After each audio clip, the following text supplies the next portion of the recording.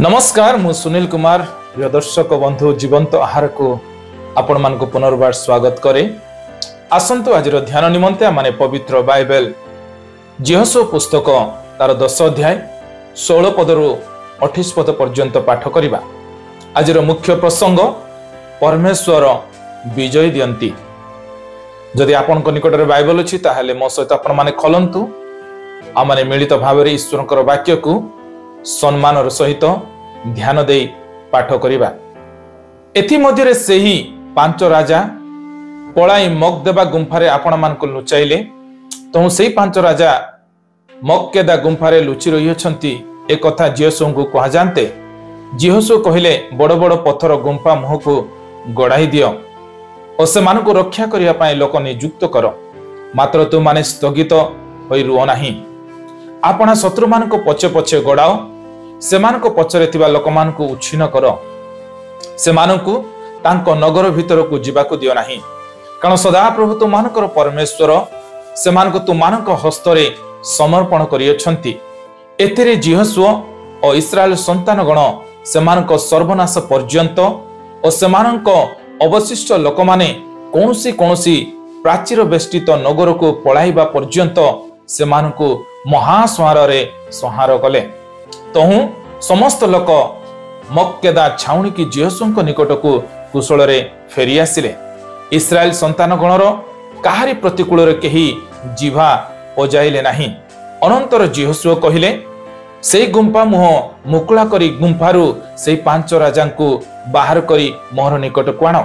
तहिरे से माने से परि कले। पुणी जेरुसालेम रो राजा को, हिब्रोन रो राजा को, जमरूत रो राजा को, लाखिस रो राजा को, इग्लोन रो राजा को, एई पांच राजा को सेई गुंफारु बाहर करी तांको निकट को आनिले। एई रूपे से माने सेई राजा मान को जिहोशुआ निकट को आनिला उतारे जिहोशुआ इस्राएल रो समस्त पुरुषों को डाकी तांको संगे जाइथिबा सेनापति मान को कहिले निकट को आसी एई राजा मान को बेकरे पाद दियो। तोहरे से माने निकट को आसी से मान को बेकरे पाद देले। पुणी जिहोशुआ से मान को कहिले भय न कर अबा निराश न हो, बलवान और साहसिक हुओ, कारण तुम माने जो मानक संगे युद्ध करिवो तुम मानकर सेही समस्त शत्रु को सदा प्रभु एई प्रकार करिवे। ए उतारे जिहोशुआ आघात द्वारा से मान को बोध करी पांच वृक्ष रे टंगाइले। आउ से माने संध्या पर्यंत सेही वृक्ष मानकरे टंगा होई रहिले। पुणी सूर्यास्त समय जिहोशुआ आज्ञा दियंते लोक माने सेही वृक्ष मानकरू से मान को तळ को नेले और जो गुंफारे से माने आपना मान को लुचाई थिले तई भितरे पकाई देले और सेही गुंफा मोहरे बड़ बड़ पत्थर थइले। ताहा आज जाय अछि। अनंतर जिहोशुआ सेही दिन मक्केदा हस्तगत करी खड्गधार रे नगर को और तहिर राजा को आघात कले। से मानकु और तन्मध्य स्थित समस्त प्राणी को वर्जित रूपे विनाश कले, काहा को अवशिष्ट रखिले नाही। पुणी से जेपरि जिरिय राजा प्रति करिथिले सेपरि मक्केदा राजा प्रति कले। पठित शास्त्र रे प्रभु हम समस्त को आशीर्वाद करंतु। आसंतु पठित शास्त्रांश को आमाने बुझिबा निमंते चेष्टा करू। पांच जन अमरीय राजा पलाई मक्कद गुंफारे लुचि रहिथिले। जिहोशुआ राजा मान को कारागार रखिबा पई गुंफार प्रवेश पथ को अवरोध कले एवं परे किणानीय सैनिक मान को शेष लोक पर्यंत विनाश करबा को इस्राएलिय मान को निर्देश देले। अल्प किछि बंची थिबा किणानीय सैनिक माने परमेश्वरकर शक्ति रे अतिष्ठ होई वाक्य शून्य होई गले। जिहोशुआ इस्राएल सेनापति मान को जीवंत किणान राजा मान को बेकरे पाद रखिबा को कहिले।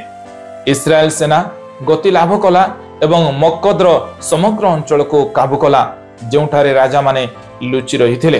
पठित शास्त्रांश रे ईश्वर की अटंती मोर प्रिय ताहा स्व माने देखु 24-25 पद अनुसार परमेश्वर तांकर शत्रु मान को दमन और परास्त करंती। एही मंद समय एवं परमेश्वर को विरोध करुथिबा अधिपति मानक विरुद्ध रे युद्ध रे तुमे भाराक्रांत अनुभव करूछ कि एफिसियो 6:12 अनुसार एवं तुमे एहा को एडाइबा को चेष्टा करूछ कि जदि एहा अछि मने रखंतु जे यीशु शैतान रो मस्तक को चूर्ण करि सारिछंती, जहा आदि पुस्तक 3 अध्याय 15 माने देखि पारुछु। एवं परमेश्वर शैतान को आम पाद तले चूर्ण करेंगे जहाँ माने रोमियो 16 अध्याय 20 पदरे आम माने देखि परिबा। पठित शास्त्रांश ईश्वर आम मान को कौन शिखाती ताहा आसु आम माने शिखु और आम जीवन में ताको व्यवहार करने निमंते चेष्टा करू। 17-25 पद अनुसार जदियो युद्ध जीति सारी थिले यहोशुआ इस्राएल शत्रु मान को संपूर्ण रूपे ध्वंस न हेबा पर्यंत छाड़ी नाहंती। से समान को संपूर्ण रूपे नष्ट करने को स्थिर करथिले कारण यह परमेश्वर इच्छा थिला। से यथा संभव चेष्टा कले कारण यह परमेश्वर द्वारा दिया जाइतिबा एक विजय थिला। परमेश्वर इच्छा जे कौन सी प्रकार साधित करा जीवो बोली भाबी आपण एक आत्मसंतुष्टि मनोभाव पाई समाधान करंती कि परमेश्वर निश्चित भाव में तांकर इच्छा पूर्ण करिवे। किंतु मने रखंतु जे अलसुआ तत्वधारक पाई कौन सी पुरस्कार नहीं। आज चिंतारे प्रभु आम समस्त को आशीर्वाद करंतु। आसंतु आमने प्रार्थना करिबा। प्रेमिक स्वर्गीय पिता आज सुंदर वाक्य निमते आमे आपन को धन्यवाद दोछु। आज वाक्य प्रमाणे प्रभु आमने प्रत्येक क्षेत्र रे तुमर उपस्थिति को आमने निर्भर करू करू तुमर वाक्य रे आमने बंची पारिबु एथि निमते आमन को सहाय्य करंतु। यीशु नाम रे ए प्रार्थना मागुछु। आमेन।